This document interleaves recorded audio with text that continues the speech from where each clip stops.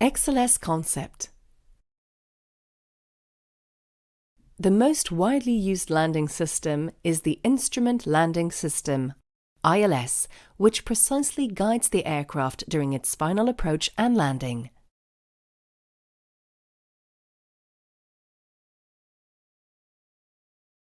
ILS also enables automatic landing, which means an aircraft can safely touch down in all types of weather conditions. However, ILS is not always available at all airports or for all runways, mainly due to heavy ground infrastructure. When ILS is not available, the flight crew must land their aircraft with less accurate guidance means, which requires good visibility conditions and a different cockpit interface and procedure.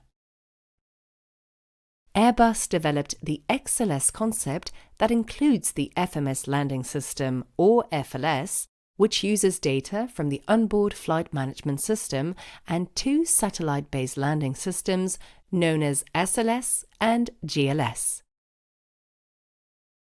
XLS provides enhanced guidance with a similar cockpit interface to the ILS with no or limited ground infrastructure. XLS enhances safety by enabling the flight crew to fly their aircraft in a similar way to the ILS on any airport runway.